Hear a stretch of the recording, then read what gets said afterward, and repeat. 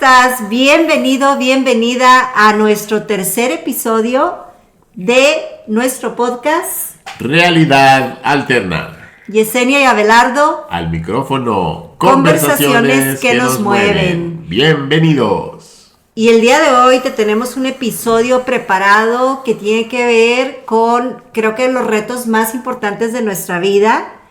La crianza de los hijos, aciertos y desaciertos. La educación de los hijos. No llegamos con preparación para eso. No hay escuelas, en ninguna parte nos dan un manual. Y bueno, hoy vamos a compartir nuestra experiencia y también nuestros aprendizajes.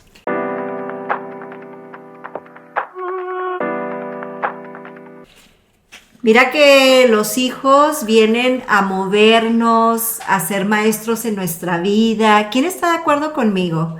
Esa historia, ese dolor, ese carácter, eso que seguramente no hemos podido o sanar o trabajar, de pronto viene un hijo y te lo pone enfrente. Son nuestros espejos.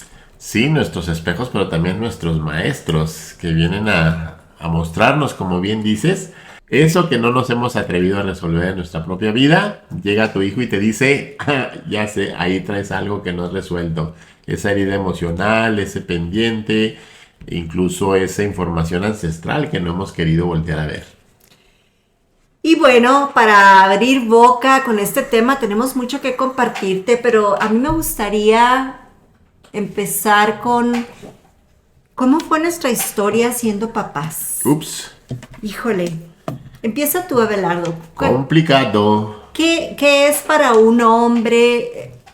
A ver, no podemos dejar a un lado, siempre que hablemos de cualquier tema, la cultura, la visión de género, La familia. el contexto cultural. ¿Qué fue para ti un hombre con tu historia, con tus aprendizajes, con el padre que tuviste, convertirte en papá de 3 hijos?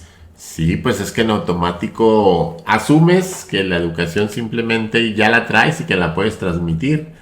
Entonces, como ya les he contado en otros episodios, vengo de una historia de una familia voluminosa, numerosa, con un padre serio, con un padre aislado de sus emociones, muy trabajador, muy responsable, pero emocionalmente pues ausente. Entonces, en un inicio, la forma en la que quería ser padre también, pues era muy parecida a la forma en la que mi padre me educó, pero también la forma en la que mi madre me dijo que se tenía que educar a los hijos. Entonces en un principio pues incluso violencia, algo de bullying, como hombre muy brusco, muy rudo y aparte muy visual, entonces pues aprendiendo.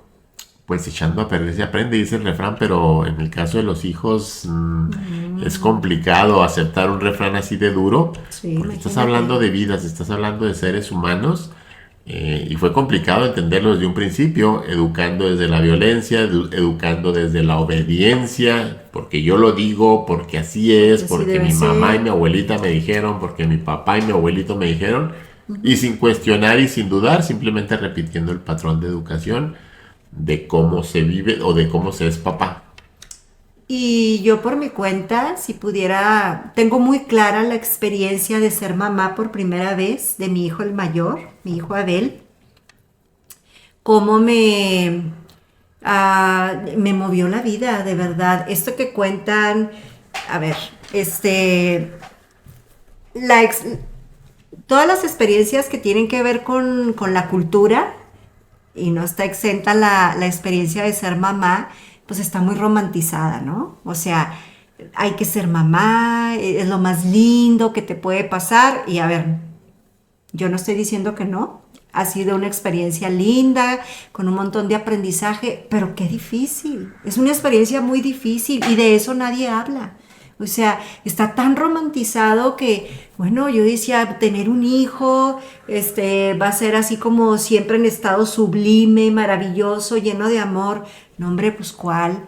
Cuando mi primer hijo, Abel, que viene al mundo, yo sin experiencia, con todos los miedos, queriéndolo absorber, queriéndolo cuidar, de verdad que yo sentí esa carga de que un ser tan pequeñito, un ser tan indefenso, yo era la responsable de que estuviera bien. Entonces, noches sin dormir, un montón de estrés, la depresión posparto, que no es mentira, de verdad a mí me llegó. Y por supuesto, pues cada experiencia fue distinta, ¿no? Esta fue mi primera experiencia con mi hijo mayor. Sí, y sin darnos cuenta, hablando de estas historias y de esta repetición de historias, en mi caso de un papá trabajador responsable, en casa mi mamá siempre al pendiente del hogar, de la comida, de la ropa, etcétera. Y de alguna forma venimos a repetir la historia porque Yesenia en este movimiento tan fuerte que fue el convertirse en mamá, deja su trabajo. Y entonces era repetir la historia, por ejemplo, de mis padres, que creo también fue la historia Sí. de los tuyos. Papá trabajando, mamá en casa a cargo de los hijos. Entonces, en un principio era también ser como ese papá periférico, mamá y el hijo muy unidos, muy cercanos uno del otro, y yo llegando de fuera, pero como alrededor de la mamá y del hijo, sin entrar a la conexión, a este, pues a esta emoción nueva, a esta experiencia nueva de ser papá, simplemente repitiendo el patrón de lo que yo vi en mi hogar. Sí, y bueno, y jugabas, ¿eh? Sí jugabas con nuestro hijo, o sea, llegabas y el tiempo que tenías, en ese tiempo un trabajo muy estresante, llegabas, jugabas con él, muy brusco para mi gusto, ¿verdad? Porque, bueno, así lo sentía yo, así lo vivía yo desde mi experiencia, pero sí te dabas ese tiempo, creo que sí. Como luego decimos, ¿no? Las historias van cambiando generación tras generación para mejor, gracias a Dios. Pero sí hubo juego. Te Sí, dabas tiempo. en ese aspecto que estás mencionando, sí, yo tenía un gusto muy, muy especial por los niños. Desde que era joven, Ujú. desde que era adolescente, Sí. siempre me gustaban los niños, siempre me llamaban la atención, me gustaba cargarlos, me gustaba jugar con ellos. Sin embargo, también hay que aceptar esta parte de que pues, no estaba yo preparado como para ser un buen papá en aquel entonces. Sin embargo, también pues entendiendo esta época, esta situación que yo en lo personal viví siendo papá por primera vez, fue un momento en el que yo estaba enfermo también, estaba tomando medicamentos, Sí, padecí este problema de epilepsia por casi 20 años es y verdad. cuando mi primer hijo llega, nuestro primer hijo llega, pues yo estaba en esa crisis de medicamentos, de dormir mucho, de baja energía, pero bueno, de alguna forma creo que este gusto por los niños también me ayudó para conectar con mi hijo, con este primer hijo, porque si jugábamos, si era rudo, jugaba luchas, nos metíamos al agua, nos aventábamos tierra, cosas así. Pero pues sí, sí hubo esa oportunidad de esa conexión desde ese aspecto. Pero no, para mí, para mi gusto, para lo que hoy pienso, no de la manera que me hubiera gustado que fuera. Claro, como más al 100 en tus cinco sentidos quizá, ¿no? Más Sí, conectado. Y también, qué bueno que mi hijo mayor tuvo a un padre y qué bueno que estuvo presente, porque la verdad, como lo hemos comentado en otros espacios, si por las mujeres fuéramos, nos meteríamos al hijo debajo del ala y que no le pase nada y que no le dé ni el aire, porque de verdad ese era mi papel, ¿eh? O sea, si no hubiese sido por ti, ese hijo mío, qué bueno que lo rescataste, ¿no? Porque yo no quería que nada le pasara, de verdad, pasaba noches en vela viendo si respiraba. Todas las mamás que vayan a ver este episodio, creo que las primerizas, las que tenemos hijos por primera vez, me van a entender, ¿no? Es como, ¿estará vivo? ¿Le pasará algo? ¿No? Una preocupación excesiva, no quiero decir que todas, pero bueno, por lo menos a mí sí me pasó así. sí, y en esta energía de querer estar al tanto, de proteger, de que no le pase nada, pues también el juego que yo tenía con el niño, con Abel, pues te parecía demasiado fuerte, demasiado rudo.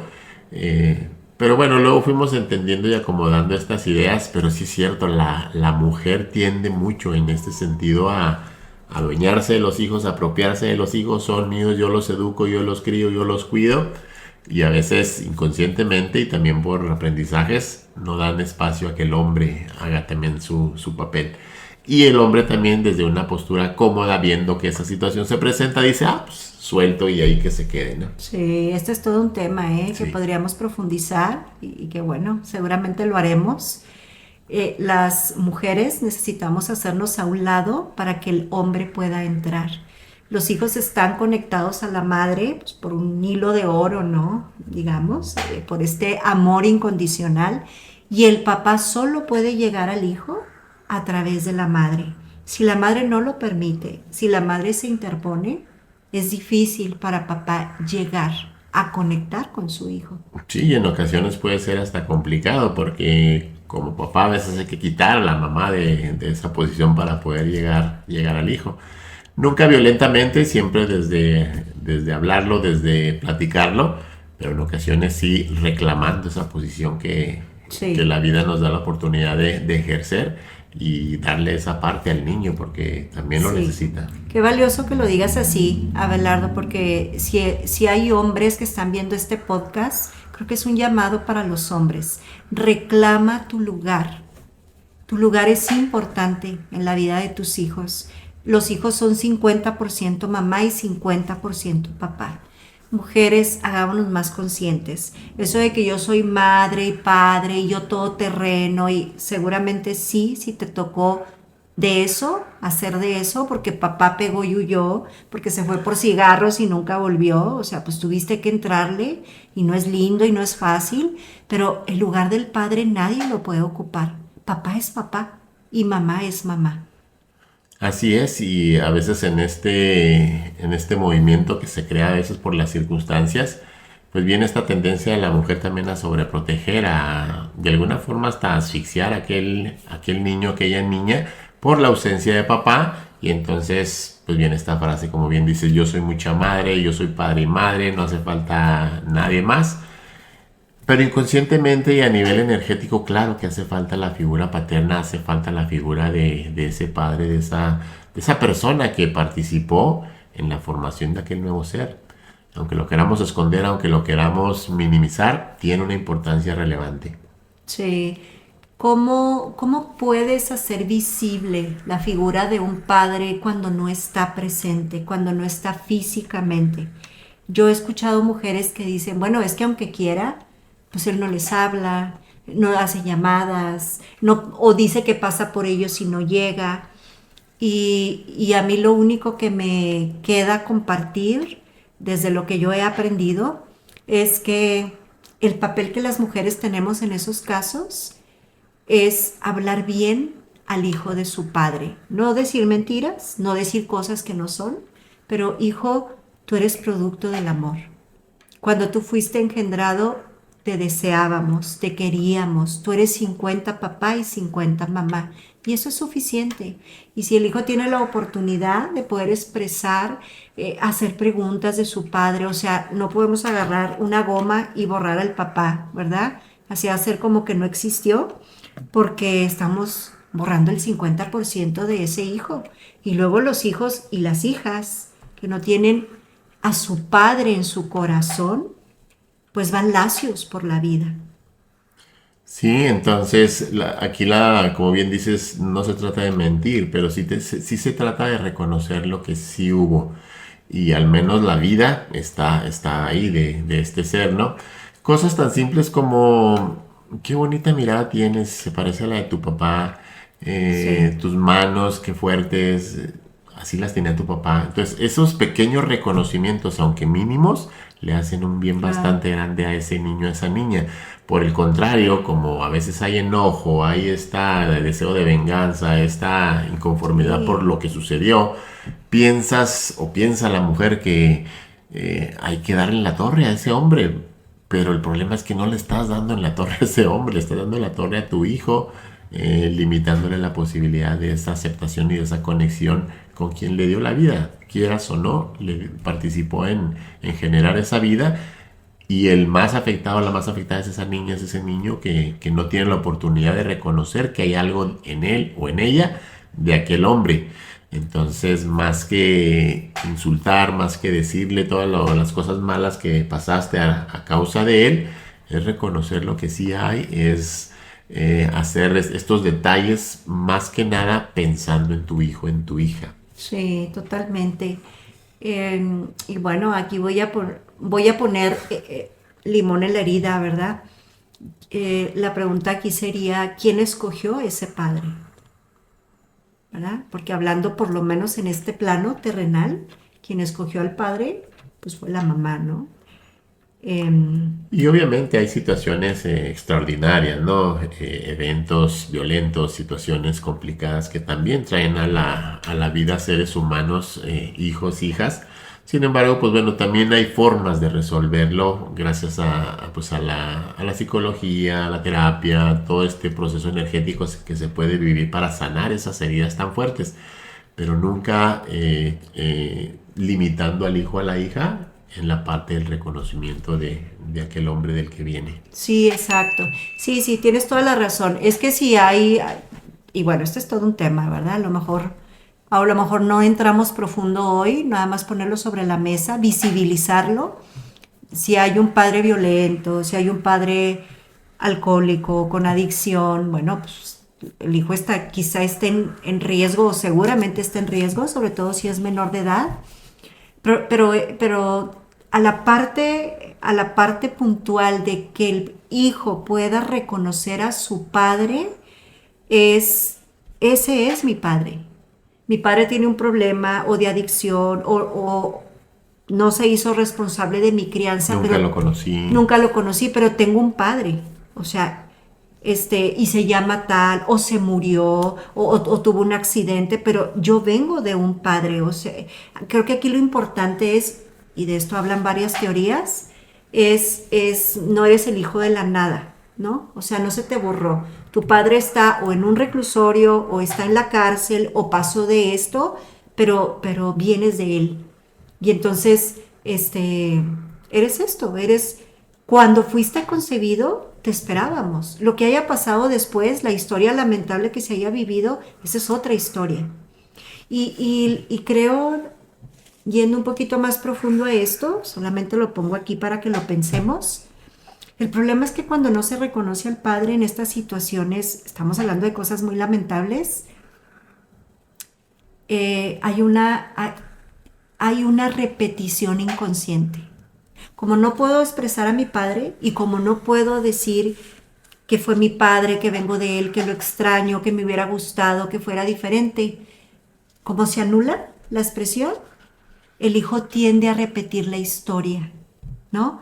Entonces ahora es el hijo el que tiene problemas o con las drogas o con las adicciones, o si el padre se fue, luego el hijo intenta irse también. O sea, estas repeticiones inconscientes, creo que eso Sí, sería lo aparecen interesante. estos síntomas, ¿no? Que pueden ser complicados.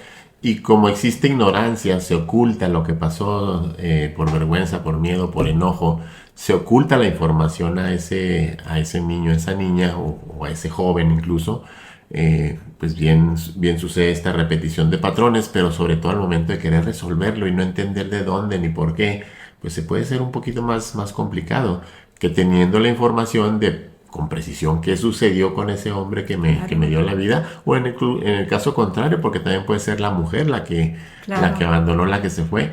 ¿Quién, quién era? ¿Cómo era? Para tener yo esa información y poder también en mis procesos terapéuticos, cuando ya como hijo a mí me corresponda sanar, Sí. tener herramientas de recuperación y no estar simplemente respondiendo, siendo reactivo a lo que me pasa y bueno, con muchas posibilidades de tener problemas muy parecidos o más complicados incluso que los que tuvo mi padre o mi madre. Sí, porque lo que no se sana se repite, ¿no? Este es el Exactamente. patrón aquí. Y además en nuestra historia, o volviendo a nuestra historia de papás, luego viene nuestro segundo hijo Luis Ernesto. Creo que encuentra a unos padres más relajados, ¿no? O sea, siempre el segundo hijo, pues ya sabes, ¿no? El primero fue como abriendo un poco camino. Bueno, voy a hablar de mí, ¿verdad? Una madre más relajada, que ya dormía en las noches, eso sí, pegadito conmigo, ¿no? Porque dije, ahora no me va a pasar lo que me pasó en la primera experiencia de estar así, ya saben, mi hijo a un ladito, porque el hijo no debía dormir en medio de los papás, por todas esas historias que me las creí, lo puedes aplastar, no sé qué, entonces yo no dormía porque el hijo estaba separado. Dije, no, ahora no me va a pasar de eso. Entonces ahora mi segundo hijo, aquí pegadito conmigo, ¿verdad? Lo amamanté todo el primer tiempo. Entonces, pues pegadito, no, hombre, dormíamos pero a gusto los dos. O sea, sí aprende uno, ¿no? Y yo dormía pues porque estaba empastillado, porque no me quedaba de otra. Seguía yo con mi problema de salud, pero bueno, también fue un poquito más fácil, más sencillo ese segundo hijo, ya con la experiencia del primero, pues porque también fue hombrecito el segundo. Entonces Sí. ya del primero traíamos ciertas lecciones, ciertos aprendizajes. Yo hasta de cómo se cambiaba el pamper, de cómo se limpiaba la colita y Claro. cosas así. Entonces fue más sencillo y ese movimiento que tú hiciste en especial pues sí facilitó las cosas. Porque con el primero sí fue algo, no sé, complicado. Pero sí hubo un detalle que a mí me sorprendía. Yesenia era de, pues si en la noche, en la madrugada el niño se alimentaba, a ella le habían indicado un pediatra que había que Ujú. eruptar a aquel niño y Sí, darle sobaditas en la espalda al menos media hora. media hora. Y fueran las 3 de la mañana, Yesenia le daba el masajito de media hora a aquel bebé. A veces estaba Sí, dormida dándole masajito, pero era de alguna forma esta preocupación y esta acción constante de que el niño esté bien, de que el niño esté bien, a pesar de que ya había venido una primera experiencia. La segunda experiencia creo que fue un poquito diferente, más sencilla, pero sí todavía con algunos ajustes que tuvimos que hacer, ¿no? sí, sí, sí, pues es que mamá sobreprotectora, la verdad, ¿no?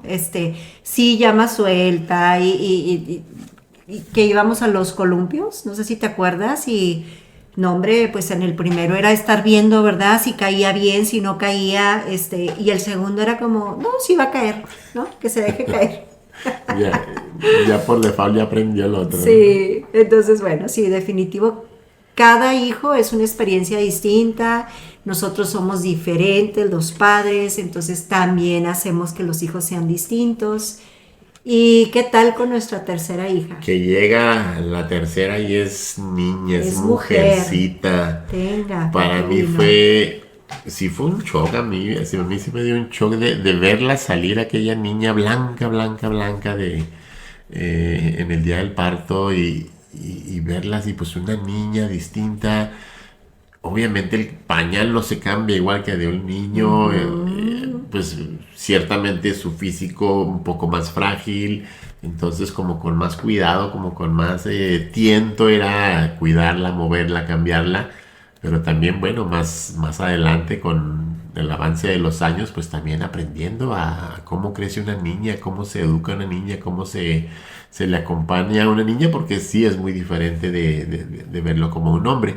Aunque luego ya empezamos a hacer también ajustes interesantes en la pareja, como para entender de que sí hay diferencias, pero también otras son culturales, que pensamos Definitivo. que porque es niña y es completamente Sí, un estereotipo, un paradigma de cómo a los hombres y cómo a las mujeres se les acompaña en el crecimiento. pues es que yo te veía cómo tratabas a mi hija, a mi hija, A a mi nuestra hija. hija, y yo decía, bueno, pero le falta más ternura, le falta más acercamiento, otra vez, pues porque era mi historia, ¿no? Mi mapa, diría Abelardo, ¿no? Lo que yo culturalmente aprendí en casa. Pero bueno, ahora a la luz de los años digo, qué bueno que fue así.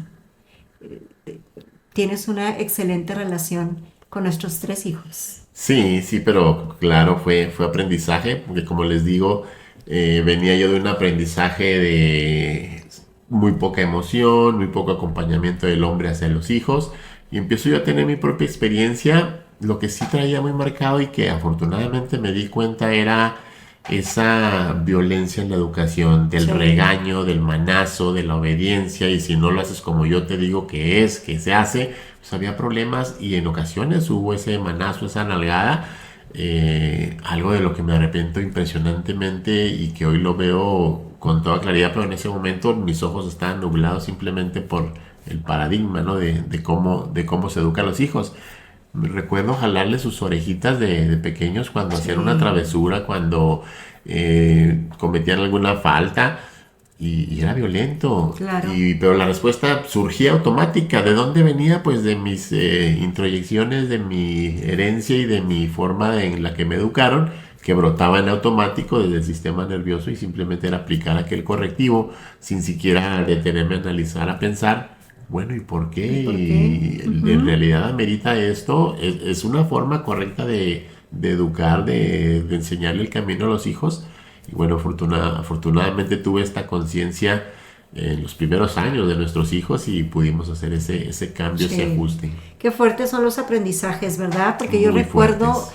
un montón de veces cuando mi madre, que era la que más utilizaba la violencia, ¿no? La nalgada, los gritos y todo esto, que seguramente a ella la educaron así, por supuesto.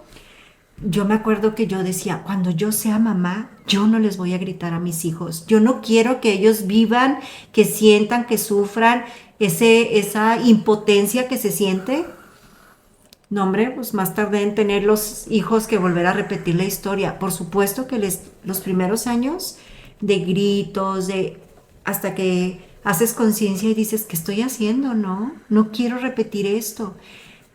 He escuchado a un montón de madres sentir culpa porque traté, porque violenté, porque si tú estás ahorita en etapa de crianza, que es la etapa más difícil, tenemos que decirlo, dejemos de romantizar, la crianza es de las etapas más difíciles, porque estás al servicio de una vida, porque eres responsable no solamente de su cuerpo, de su emoción, pero de su comida, pero de su calzado, absolutamente de todo. Son dependientes totalmente de ti.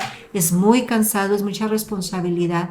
Pero si estás pasando ahí, quiero decirte que no es para siempre y que de verdad respires profundo, que esos momentos que uno siente que no va a poder, que quiere tirar la toalla, que no sabes por dónde, que se te acaba la paciencia porque o ya gritó o ya tiró, máxime cuando son tres y están los tres ahí o los cuatro, los hijos que sean, uno siente que no puede con eso. Esos son los momentos de rendirse. A mi yo del pasado, yo le diría ahorita, ríndete. No tienes nada que demostrar, no tienes que ser la excelente madre. Ríndete, de verdad, ríndete. Físicamente y emocionalmente, tírate al piso con ellos. Respira profundo. Disfrutemos ese proceso, porque no es para siempre y no va a durar siempre. Sí, y buscar estrategias, aprender a ser papás también es importante, detenerse a pensar desde dónde estoy educando, como estoy educando a mi hijo, desde dónde esta respuesta automática de desesperación, de frustración, de enojo, con respuesta violenta, con insulto, con manazo, y a veces más complicado que eso, todavía más violento que eso. Y es el automático que viene de nuestros ancestros, porque fueron educados en la violencia, porque fueron educados a golpes, porque fueron educados con cinturón, con varita, con látigo. Entonces sí, viene de mucha herencia, traemos en la información incluso genética y en el ADN y en nuestra historia ancestral, pues esa información tan violenta. Entonces es momento y una invitación a hacer un alto y pues parar este automático, serte consciente de qué sientes, desde dónde lo sientes, qué viste, qué sentiste, qué escuchaste, que despertó esa ira, ese enojo, esa desesperación, esa frustración y poder parar y a ver, ¿en realidad estoy así por lo que hizo mi niño o estoy así por lo que hicieron conmigo mis papás o lo que hicieron los abuelos con mi papá, con mi mamá? Y te vas a dar cuenta y te vas a dar la oportunidad de entender de dónde viene eso y poderlo parar y poderlo cambiar. Sí, creo que la forma práctica de poder hacer este ejercicio tan valioso que sugieres, Abelardo, es dejar de juzgar. Porque mientras estamos en el papel de, pero ¿por qué mi mamá hizo esto? ¿Pero por qué mi papá? ¿Pero qué malos? ¿Pero por qué me trataron? ¿Pero por qué me compararon? ¿Pero por qué estamos condenados a repetir la historia? Entonces, es mirar lo que hubo, como hubo, tal como lo dices, desde así fue y fue para algo yo tenía que aprender de esto y dejar de juzgar, porque quien juzga, repite. Entonces, creo que eso sería de los ejercicios por lo menos que a mí me han ayudado y que yo sugiero un montón, deja de juzgar. Quien juzga está en el niño herido y quien está en el niño herido no puede avanzar hacia la vida, ni en las relaciones, ni en la vida, ni en los proyectos, ni en la pareja. Fue como fue para tu evolución. Y sabes que se vale disculparse. Yo he tenido la oportunidad de disculparme, especialmente con mis dos hijos varones, por esos jalones de oreja tan violentos que les di. He tenido la oportunidad de llorar con ellos, de pedirles perdón por eso que hice desde la inconsciencia sin justificarme, porque siempre somos o tenemos esa responsabilidad de nuestras acciones, pero sí tener la oportunidad de decirle, hijo, porque ellos lo vivieron y les dolió, Claro. y porque estuvieron ahí, discúlpame, perdóname esta manera de Sí. procurar educarte, de guiarte porque fue violenta. Y que ellos al mismo tiempo también conozcan tu historia, de dónde vienes, cómo lo aprendiste, cuál fue tu historia, porque también a ellos les da esta información una claridad muy grande, como para cuando ellos ahora también les toque ser papás, si así lo deciden, o ser mamá. Entonces sí es importante que tú lo aceptes, tú lo asimiles, te rindas, como bien dices, pero también que procures esa resolución con tus hijos. Porque esa herida en aquel niño, en aquella niña, queda marcada de por vida. Y cuando te acercas y reconoces que te equivocaste, viene este reencuentro a través del perdón, de la disculpa, y se reconectan las relaciones con tus hijos, con tus hijas. Sí, eso ha sido un ejercicio muy valioso, muy, muy valioso, creo yo. Eh, y, y luego otra vez, ¿verdad? Cómo se repite la cultura, los patrones aprendidos. Tú por tu parte con nuestros hijos, creo que fue esa parte que hablas de la violencia. Y yo con respecto a mi hija, repitiendo la herida del rechazo. Si de algo se acuerda mi hija y cuando tiene oportunidad me lo comenta y lo expresa, es el rechazo que ella sentía cuando ella no hacía las cosas como a mamá le gustaban, ¿verdad? Entonces, dice ella, no me volteabas a ver, o sea, la ley del hielo.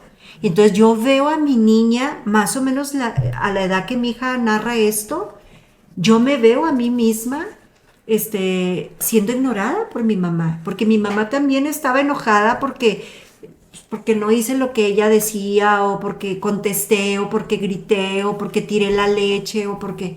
Entonces mi mamá aplicaba la ley del hielo tal como yo lo hice con mi hija, ¿no? Aprendiste muy bien. Aprendí la lección. Bueno, no la aprendí, la repetí para luego aprenderla. Y también Exacto. hoy he tenido la oportunidad pues de pedirle perdón a mi hija, ¿verdad? Y cómo puede ser lo que más amas, pues es a lo que más lastimas. Y lo lastimas pues porque fuiste lastimado también y no lo hemos sanado. Exacto. Y ese es el acierto que podemos tener. Entender que todo aquello que nuestro hijo, nuestra hija mueve en nosotros y nos frustra, ese miedo, esa timidez, esa rebeldía, eso que me está mostrando mi hijo, mi hija, seguramente tiene que ver con mi historia, por eso me lo está mostrando. Es ahí donde decimos que nuestros hijos son estos grandes maestros, estos grandes espejos que nos muestran lo que nosotros no hemos resuelto. Tristemente respondemos con violencia, con frustración, con enojo ante ello, en lugar de tomarnos el tiempo y decir, y si estoy sintiendo esto, si estoy sintiendo la herida del rechazo, si estoy sintiendo la herida de la traición, de la injusticia, pues soy yo. Lo que vino mi hijo es a hacer mi hijo es a mostrármelo, y para que yo me pueda reflejar en él, y con esta proyección que estoy teniendo no es el problema mi hijo, mi hija. El problema nace de mí, que tengo una herida que mi hijo toca y me Sí. duele, y por eso tengo esta respuesta automática de que a veces es violenta, que a veces es frustrante, o que simplemente insulto sin siquiera pensarlo. Sí, entonces solución, sanarnos. Sanar tu niña interior para dejar de repetir la historia, ¿no? Y Con de la nueva lastimar y generación. de repetir la herida. Porque Ujú. seguramente si tengo herida de abandono no resuelta, mis hijos van a Sí, heredar por mis comportamientos y mis actitudes también la herida del del abandono. abandono. Hay un tema importante que me gustaría que tocáramos, no profundo, porque esto nos podría llevar todo un podcast, pero esto que la biodescodificación habla acerca del proyecto sentido. ¿Cómo cómo cuando los hijos son concebidos, eh, les impacta y les implica muchísimo la intención en la concepción, qué quería la mamá a través de ese hijo, qué quería el papá a través de ese hijo. Ejemplos sencillos. La relación de pareja está por acabarse, entonces esta idea, que es mucho de cultura, vamos a tener un hijo para que nuestra relación vuelva a funcionar. Entonces llega ese hijo con tremendo paquete, tremenda carga de casi casi voy a hacer el pegamento, ¿no? Para que estos dos no se vayan, no se disuelvan. Ese es un ejemplo. Pero pudiera ser que el hijo sea concebido para que, pues para no quedarme sola, ¿no? Porque pues ya la pareja ya no funcionó, entonces me voy a convertir en mamá y mi hijo va a llegar y me va a llenar la vida y ahí viene el hijo con la carga, con el paquete de pues voy a tener que ser el compañero o la compañera de mi mamá y entonces no me voy a poder casar o no voy a poder hacer familia. Las cargas que de manera intencional ponemos sobre los hijos. Sí, intencional, pero también otras cargas de forma inconsciente, También. porque son estrategias que surgen desde la mente de él o de ella, pensando en lo que ese hijo, esa hija va a traer a su vida, a su hogar. Entonces, sí, sí, desde la inconsciencia también metemos mucha información. Otro aspecto importantísimo, aparte de lo que es el proyecto Sentido, es en qué situación estaba mamá, en qué situación estaba papá al momento de concebir a ese ser.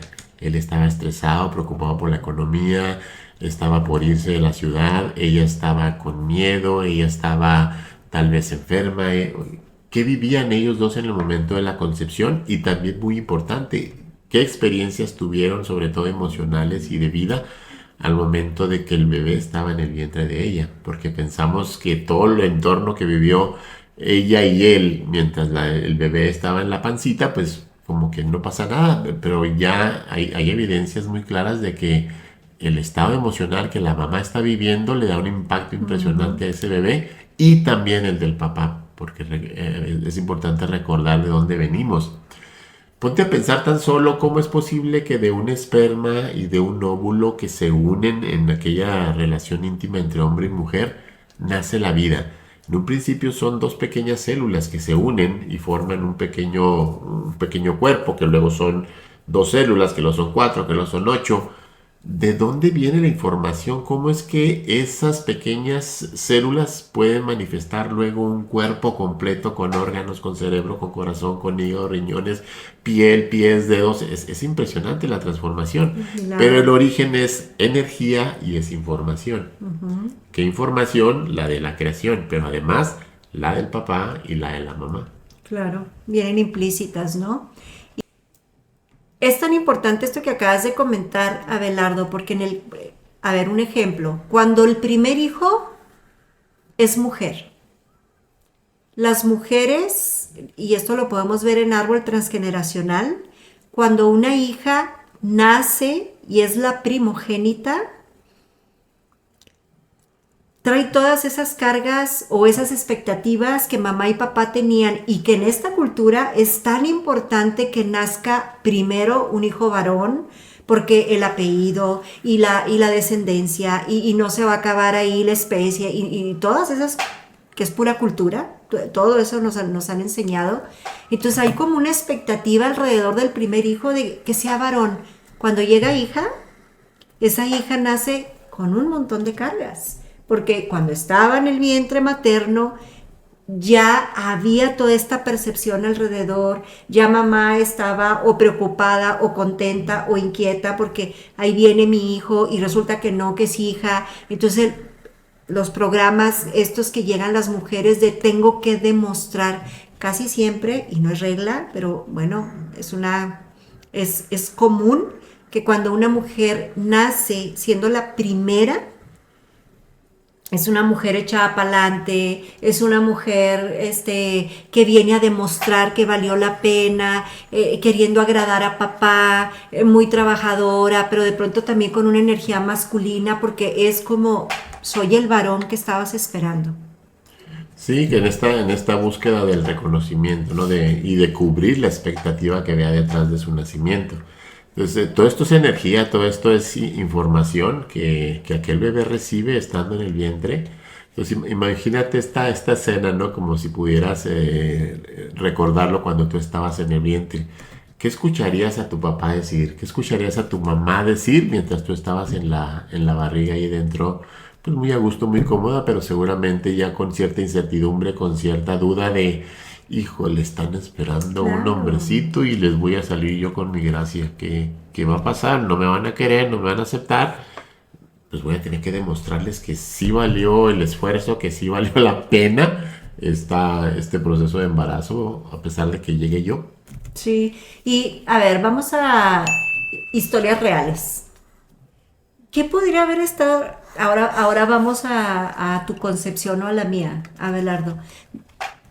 Tú fuiste el hijo número Yo fui el hijo número 5. Entonces, 5. imagínate esta situación. Papá se iba de bracero porque no funcionaba la agricultura ese año, porque no llovía, porque no había que comer. Entonces, la estrategia de muchos años de mis padres fue, bueno, ya nació el niño, vete al otro lado, le decían, vete a Estados Unidos A de generar bracero, de dólares. ilegal, y a producir, a buscar el sustento. Entonces fue frecuente que mi padre dejara la familia y mi madre se quedara con todos los hijos. Sola. Y fue un periodo, yo creo que tal vez, no sé si 6 7 años aproximadamente, en que esa fue la estrategia.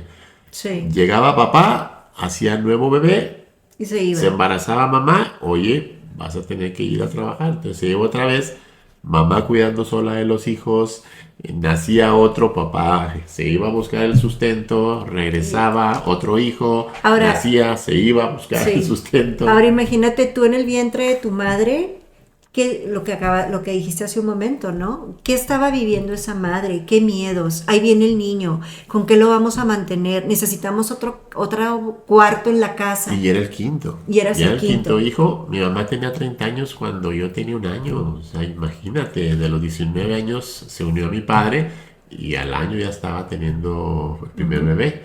Entonces, esta fue como la historia. Y si me pongo yo a pensar en qué estaría mi mamá cuando yo estaba en su barriga, pues duda, incertidumbre, Exacto. tal vez sola, otro hijo, porque era la idea de los hijos que Dios me dé y No hay no hay nada que vuelta de hacer. hoja, ¿no? Y mi papá también con la responsabilidad de decir, la tierra y la agricultura este año no dio, no hay con qué comer, no hay para la vaca, no hay el marranito, no hay nada, pues me alejo de la familia, voy a la aventura, porque no era Híjole, como que, qué uy, fuerte. voy y tengo todo seguro, es voy y expongo mi integridad en ese Su vida. camino, su vida literal. Entonces, esas dos emociones que vivían mi padre y mi madre, pues claro que el bebé vivió Claro que te situaciones alcanzan. complicadas. Claro que te alcanzan. Y luego, pues, ¿por qué traemos todas las cargas que traemos, ¿no? Los miedos, las inseguridades. Pues porque estar en el vientre de mamá no es cierto que todo está bien, ¿no? Nos están transmitiendo todas estas emociones. Entonces, eh, bueno, en mi caso, em, pues historias muy parecidas. Los árboles genealógicos de las parejas son parecidos. Tu árbol y mi árbol se parecen en muchas cosas, ¿no? Mi papá también, y pues yéndose a Estados Unidos, nace mi hermano y enseguidita nazco yo. Me puedo imaginar todos los miedos de mi madre de qué voy a hacer sola ahora con esta niña, ¿no? Y nos falta esto, entonces todo eso nos alcanza. Sí, entonces, qué similares, ¿no? Y qué coincidencia pudieras pensar, pero... Y es que sucede desde el momento en que yo te vi, tú me viste tal vez inconscientemente, nuestros árboles se acomodaron. Esto es zona conocida, él ya lo vivió, yo ya lo viví, entonces podemos hacer pareja, podemos traer nuevos hijos, porque aparte nuestros patrones y nuestras creencias se parecen. Sí, Entonces viene de ahí esta conexión inconsciente de decir, con él voy a ser pareja, con ella voy a tener hijos, porque nuestros árboles se parecen y sí. porque nuestras historias se parecen y eso lo lee el inconsciente, ni siquiera te das Y cuenta. porque además todo lo que yo no he sanado en mi árbol, lo voy a intentar sanar a través del tuyo. Todo lo que yo no he podido solucionar es otra oportunidad, ¿no? Como de poder sanar. Y viceversa, es esta doble intención de contigo voy a sanarme. Sí, cómo no. Y nada, que cuando te das cuenta de con quién te casas, dices, ah, caray, no, hombre.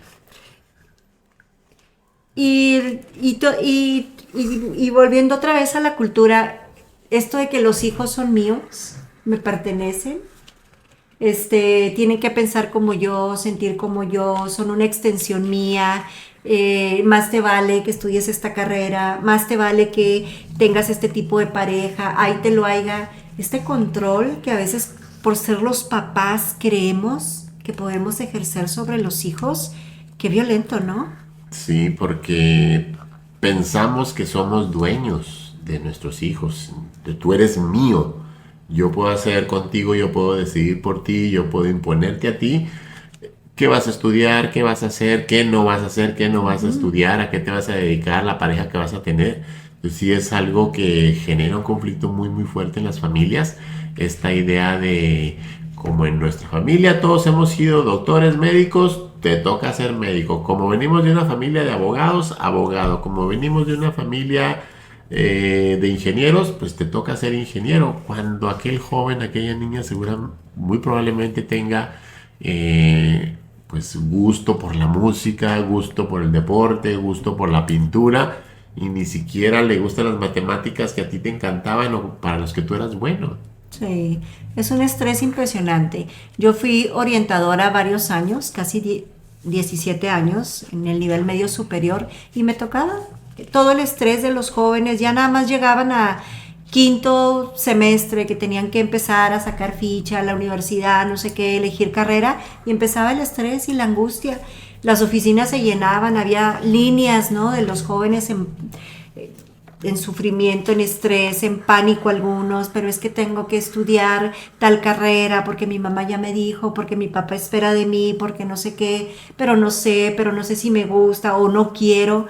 Entonces, bueno, ¿cuántas ¿Y cargas? cuántas historias has escuchado de estudié mi título, fui ingeniero, le entregué el título a mi papá y me dediqué a lo que yo quise? Ahí está tu título, me voy por otro camino, ¿no? Esas historias Sí. son comunes. Es un llamado fuerte, ¿no? A los padres. ¿Cómo estamos educando? Estamos educando, estamos acompañando, estamos siendo de acuerdo a la edad de nuestro hijo o quien abre camino porque está en la primera etapa de su vida, digamos de los 4, de los 0 a los 7 años. A los padres toca ir abriendo camino, los hijos uno va protegiendo un poco, vas abriendo brecha, pero luego a partir de los 12 años el cerebro de un niño descubre que es un ser independiente, empieza pues, toda la madurez pues, cerebral y empezar a tener sus propias ideas y a decir, ay papá, por favor, qué anticuado, ¿no? Y entonces es momento de ir, bueno, haciendo más bien preguntas al hijo, no queriendo imponer, no queriendo controlar. Y luego viene la etapa de la adolescencia, ¿no? Donde más vale ya caminar a un ladito del hijo, todavía necesita estructura, pero es un ser independiente. Dejemos de verlos como extensiones. Tienes que pensar como yo. Y aquí la pregunta interesante es, ¿y a ti cómo te ha ido? Que estamos tan aferrados y queriendo que los hijos se parezcan a nosotros. Sí, o también con una idea equivocada de que mi hijo logre lo que yo no logré, que mi También. hijo alcance lo que yo no alcancé. Sin embargo, no nos preocupamos o no nos ocupamos de aprender lo que como padres sería bueno que supiéramos. Para empezar, esto que mencionas, a partir de los 12 años, pues empiezan a tener esta conciencia de cierta independencia, pero de los 2 años a los 12 años, ese ser que está ahí, del cual yo soy responsable, mentalmente o cerebralmente está en una frecuencia teta mucha parte del día. Okay. ¿A qué me refiero con esto? Hagan de cuenta que está en un estado hipnótico. Entonces, papá, lo que tú le digas, mamá, lo que tú le digas, él lo va a absorber como una verdad innegable y a la que se va a tener que ajustar. Por eso es tan importante también el lenguaje que utilizamos, las palabras que les decimos, porque estamos formando identidad en un estado hipnótico de nuestros hijos. ¿A qué me refiero con esto de las palabras? Las palabras tienen un poder impresionante, especialmente en esa edad de nuestros hijos. Si tú a tu hijo le dices, es que eres un desordenado, el inconsciente de ese hijo te está viendo como su mayor protección, como la persona que tiene la razón, como la persona a la que necesita para su supervivencia. Y si tú le dices eso, te lo va a creer, te lo va a comprar. ¿Y qué crees? Su identidad va a ser desordenado. Porque le estás diciendo la palabra, se lo estás diciendo de la forma más poderosa posible. Eres. Todo lo que pongas después de eres, para referirte a tu hijo, a tu hija, sobre todo en estas edades, de los 2 a los 12 años, se convierte en la identidad de tu hijo. Entonces eres desordenado, eres distraído, eres rebelde, eres malcriado, eres burrito, eres tonto para las matemáticas. Todos estos eres se convierten en identidad y es por eso que luego al niño, al joven, se le complica tanto salirse de esa identidad. Porque es lo más grande que tenemos, la identidad es quién soy y para dejar de ser tendría que morir. Entonces, ¿a qué te invito hoy? A reflexionar en este aspecto del poder de las palabras. Es muy distinto que tú le digas a tu hijo, eres un desordenado, a oye, estás haciendo desorden. Porque un hacer es fácilmente cambiable, un ser es complicadísimo, te estás metiendo al nivel de identidad cuando puedes dejarlo en cierto comportamiento y el comportamiento lo puede cambiar él cuando se decida hacerlo. La identidad es algo muy complicado de cambiar. Y es ilógico pensar que vamos a tener adultos sanos, inteligentes, triunfadores, felices, en paz, plenos, si tuvieron una infancia donde les estuve señalando errores, donde le estuve diciendo lo que hace mal, comparándolo con el hermano, con el primo, con el... Entonces, así como podemos desde esta edad, el poder de las palabras del que mencionas, mencionar todo lo que desde nuestro punto de vista está mal, pues tenemos el poder de decirle, oye hijo, me encanta tu sonrisa, me encanta cómo resuelves, eres tan inteligente, tan valioso, tan hábil. O sea, mencionar lo que sí hay, ¿no? Exacto, y fortalecer esa parte, incluso aunque no lo veas muy destacado en ese aspecto que le estás diciendo, pues a lo mejor estás forzándose por aprender matemáticas, por hacer el examen de ciencias, le está yendo poco a poco mejor, no es una estrella, pero lo está haciendo mejor cada vez. Entonces, ¿qué podrías hacer tú como papá, como mamá? Incentivar ese avance que él tiene, reconociéndole, hijo, vas muy bien, lo estás haciendo mejor, mira, vienes de tener esta letra que no era muy agradable, mira, ya mejoraste la A. O sea, esos pequeños avances, reconocerlos para que el niño siente y sepa que puede hacerlo.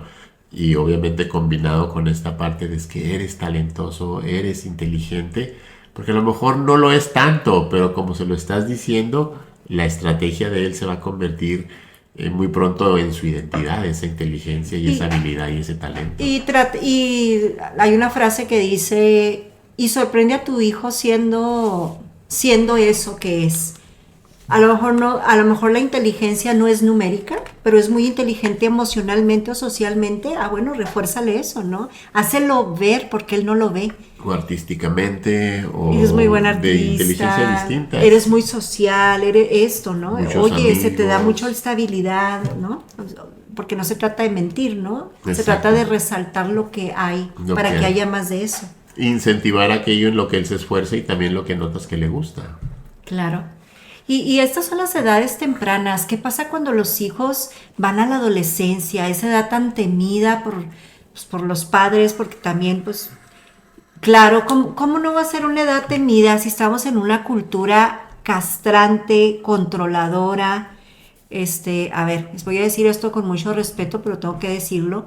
Los padres que tuve, Abelardo, pues vienen de control, de tienes que hacer esto, tienes que obedecer, porque si no estás mal y si no te cae todo el mundo encima, ¿no? Entonces, pues educamos igual, o sea, tú educas como te educaron, tú amas como te amaron.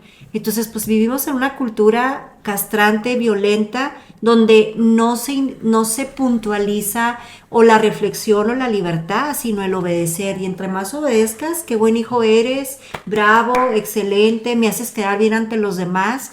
Nada más que eso no hace jóvenes libres. Sí, y eso fue nuestra historia, nuestra época. Ahorita está habiendo un movimiento, una complicación seria en este sentido, en donde por la cuestión económica, por la cuestión social, papá y mamá están fuera, están trabajando en la oficina, en la empresa, y están de alguna forma dejando estos primeros años de formación a otras personas, a la abuela, al abuelo, a la tía, a la hermana o a la guardería.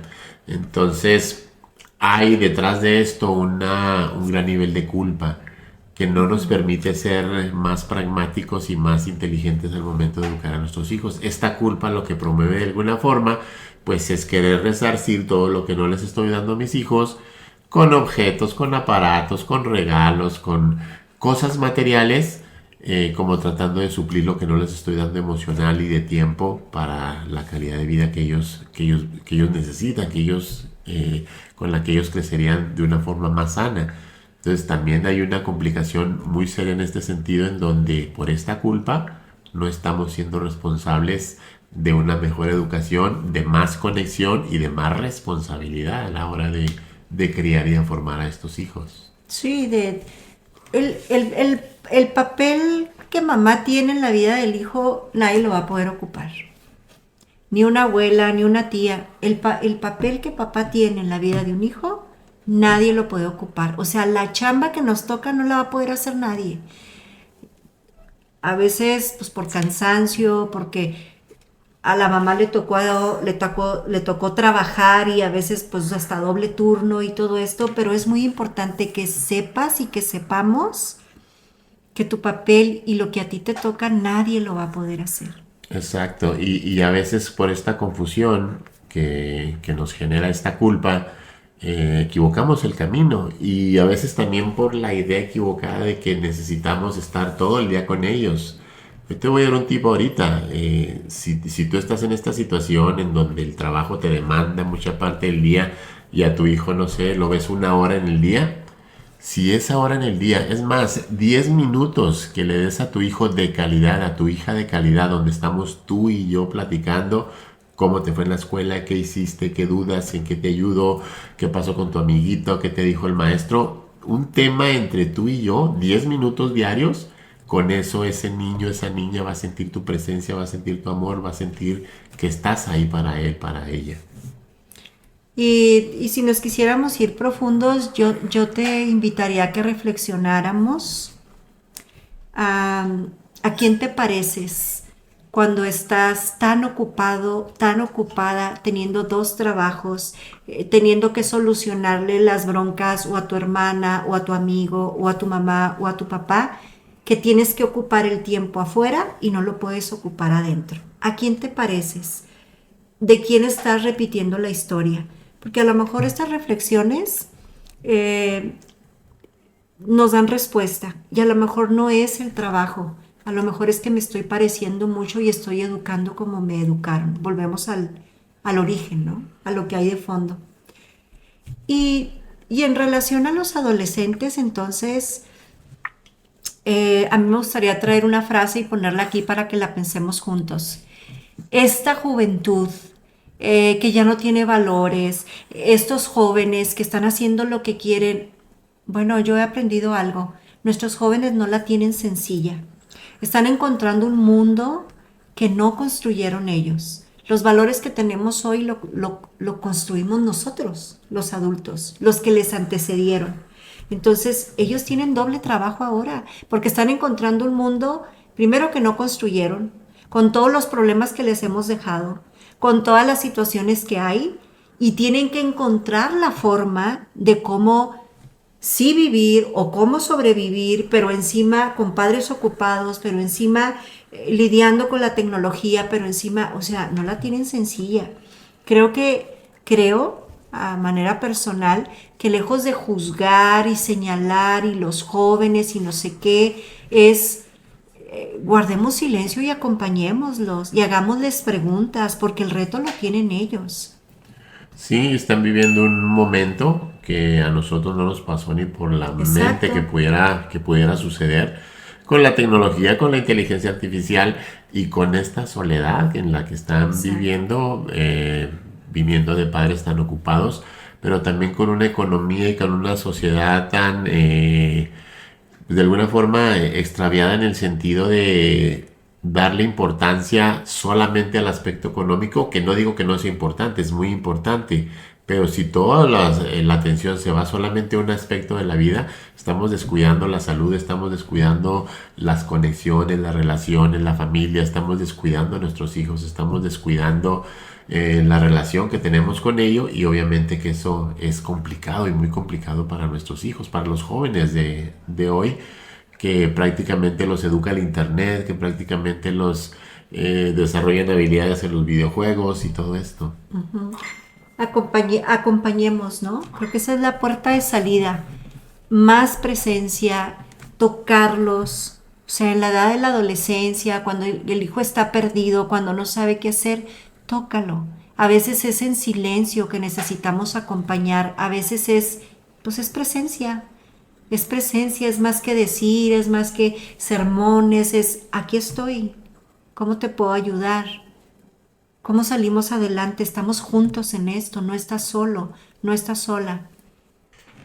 Oye, Yesenia, ya casi para cerrar, me gustaría agregar un tema que creo que es muy importante, que al menos a mí en mi experiencia me ayudó muchísimo, y es entender lo que ya veamos en el episodio pasado. ¿Recuerdas las preferencias de percepción que tenemos los seres humanos? Claro. Cuando entendí yo esa parte, también me ayudó mucho en el aspecto con nuestros hijos. Si un hijo es más visual, si el otro es más sensorial, si el otro es más auditivo. Y no sé, de alguna forma creo que esto impactó positivamente en nuestros hijos, porque yo, al menos en lo personal, observo a nuestros tres hijos, los tres, con habilidades de percepción muy equilibradas. Tienen visual, tienen sensorial y tienen auditivo bastante desarrollado. Abel, que es el primero, es principalmente visual, Sí. pero le encantan los perfumes, entonces tiene muy desarrollado lo sensorial, pero luego el auditivo, le encanta la música, le encantan detalles así. Él en lo que más destaca es en lo visual, y como yo también tengo una preferencia visual, la comunicación fluye. Sí. Somos bruscos los dos, tenemos estas cualidades de visión, de rápido, de práctico, etcétera. Pero por ejemplo, cuando llega mi segundo hijo, que quiero ser el mismo que fui con mi primer hijo, que una preferencia visual, y mi segundo hijo es más sensorial, aunque también Visual muy también. auditivo y aunque también muy También, visual, sí, es cierto. pero en su esencia mayormente sensorial, un poquito más que los otros, aunque está muy desarrollados sus otros dos Sí. sentidos. Entonces yo queriendo ser brusco también con él, darle el aventón, el golpecito, y él lloraba y él se quejaba. Entonces, Cuando era pequeño, cuando era ¿verdad? pequeño, en un principio eso me distanciaba de él, porque no entendía por qué mi hijo, el mayor, jugaba y era brusco y lo aventaba y la pelota y lo metía al agua y cosas. Y mi segundo hijo no, él reaccionaba, se quejaba, le dolía. Qué valioso fue entender esta parte Sí. para relacionarme mejor con él y entender que por su sensorialidad, por su kinestesis, él sufre más un golpe, le duele más un apretón, y sobre todo siendo todavía un niño pequeño, era complicado para él aceptar los cariños de un papá brusco. Y luego, al llegar mi hija también, que era, pues, como traes un patrón automático, dices, todo funciona igual. No, son seres individuales, son seres únicos. Mi hija más auditiva, Sí. también muy sensitiva, también muy visual, pero mayormente auditiva. Entonces, entender que cada uno de ellos recibe el amor de una manera, se relaciona de una forma por esta preferencia. Insisto, mi hijo el mayor visual, muy práctico, fácil, brusco, tosco. Mi hijo sensorial pues es más de cariños, de apapacho, de abrazo, de beso, Musical, musical. Pero mi hija fue la que más se me social. complicó. ¿Por qué? Porque ya su primer canal es auditiva. Y mi Sí. último canal es auditivo. Entonces yo Sí. estoy en Fue lo un más reto. bajo en el auditivo y ella está en lo más alto en el auditivo. Para mí fue un reto entender que ella me decía, papi, ¿me quieres? Sí, mi hija, te quiero mucho. Sí. Una vez, papi, ¿me quieres? Pues, Sí, mija, sí te quiero. La tercera vez, papi, ¿me quieres? Hija, pues ya te dije que sí, pues ¿cuántas veces te lo tengo que decir? Yo no entendía por qué ella necesitaba estarlo escuchando. claro. Pero cuando entiendo estos canales de percepción del mundo, estos medios por los cuales se crean los mapas de la realidad, cuando entiendo que para ella lo más valioso es que yo le diga que la amo, que la quiero, que es bonita, etcétera. O sea, alimentar el amor a través del oído para Sí. ella, alimentar el amor a través del apapacho para mi segundo hijo y el tercero con una mirada y con un cierre de ojo ya quedó la conexión, ¿no? Entonces es bien valioso conocer esta información para poder llegar a ellos Conectar, y conectar claro. con ellos. Si eres maestro, si eres profesor de escuela, tienes Buenísimo. 50 alumnos y si tú quieres tratarlos a todos igual, desde tu preferencia auditiva, visual o sensorial, vas a tener problemas con 10 de ellos, con 20 de ellos, porque no los vas a entender, no vas a comprender su funcionamiento, ni lo que es importante para ellos, que no necesariamente es lo importante para ti. Tú educas, tú enseñas desde tu preferencia, pero el que está del otro lado no recibe la información por el mismo canal que tú lo estás ofreciendo. Qué Por eso cuando valioso. das clases o cuando eres papá, tienes o es una buena estrategia tener estos recursos para poder llegar a todos, hablar, explicar en sensorial, en auditivo y en visual, amar en sensorial, auditivo y en visual, comunicarte en esos tres canales para que la información fluya y haya esta conexión y haya esta sensación de mi papá me ama. Claro, que no quede la menor duda. Qué valioso todo esto, Abelardo. Y hoy a la luz de los años, puedo decir que a partir de que los hijos pues entran en una edad, digamos, jóvenes, que es el caso de nuestros tres jóvenes hijos ahora, Y adultos mayores de edad. sí, sí, sí, porque ya pasan de los 21 años, sí, Ajá. tienes razón, mi hija, que es la menor, puedo decir que no son jóvenes perfectos, pero tenemos una comunicación con ellos.